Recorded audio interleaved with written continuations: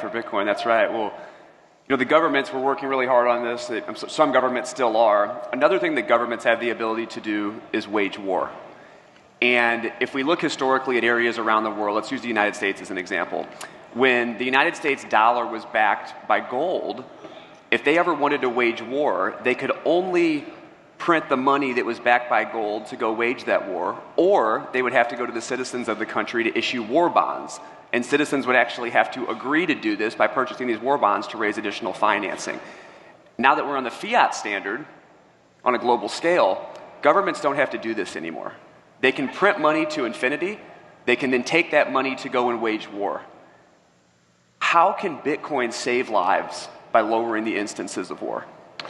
Yeah, so that's ultimately what it does over time, because it defunds that entire process. There's a massive opaque process that you can't measure in your head, the trillions of dollars. When you hear these numbers, if you looked at how much $1 trillion is, it's just such and then tens of trillions and hundreds of trillions of all this insolvent debt, and you just become numb to, oh, it's just another billion here, it's just another. Where do you think that money goes? It has to go into this machine, and it has to go into this machine on both sides.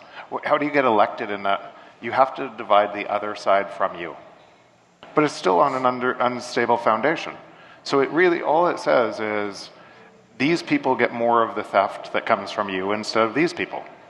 And it still relies on theft. So as that breaks down further, as it constantly breaks down further, you have to create an enemy outside your borders to be able to stay in power.